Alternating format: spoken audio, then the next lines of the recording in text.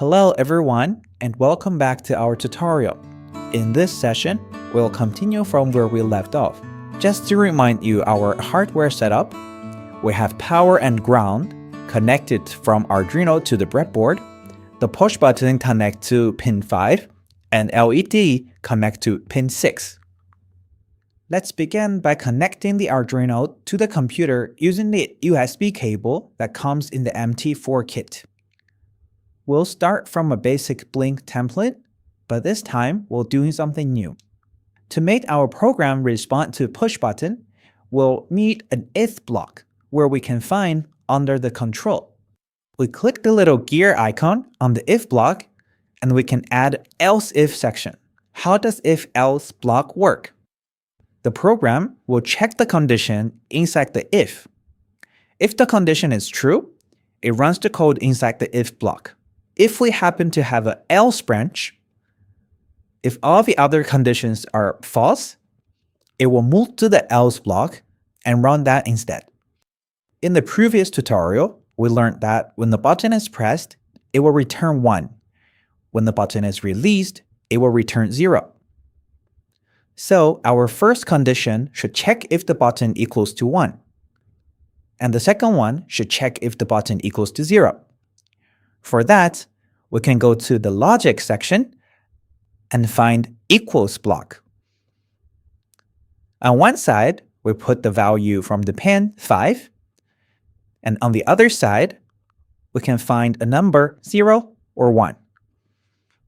That means this condition will be true when the button is pressed, and this condition will be true when the button is released. And inside the if block, where the button is pressed, we write to the LED pin 6 as high. And for the other branch, we write it to low. Now let's upload. We can see the LED lights up when we press this button and turns off when we release.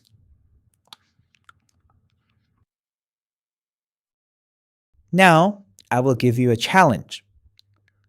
This time, we want to simulate a switch lamp behavior with the LED and the push button. That means each time the button is pressed and released, the LED toggles. Turns on or off depends on its previous state.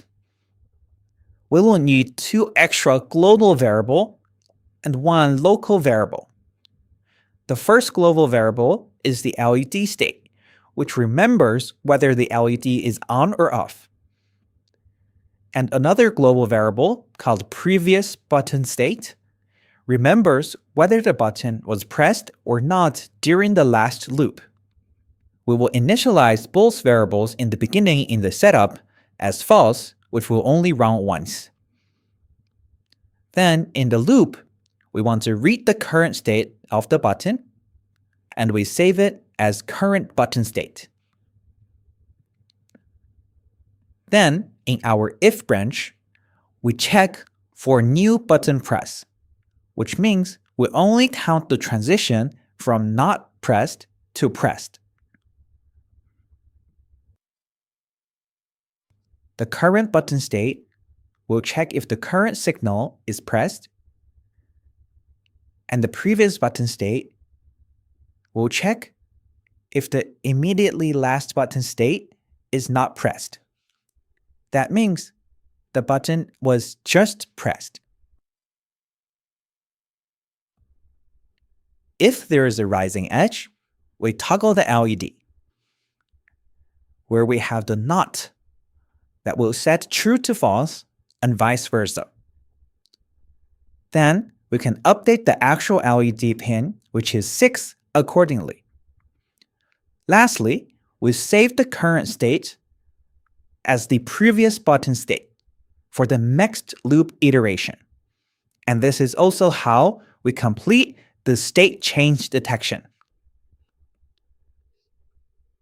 Please try this program and upload to your Arduino and see what will happen. This is all for the tutorial. Thank you very much for watching. In the next tutorial, we will combine push button, LED, and robotic arm. See you in the next tutorial.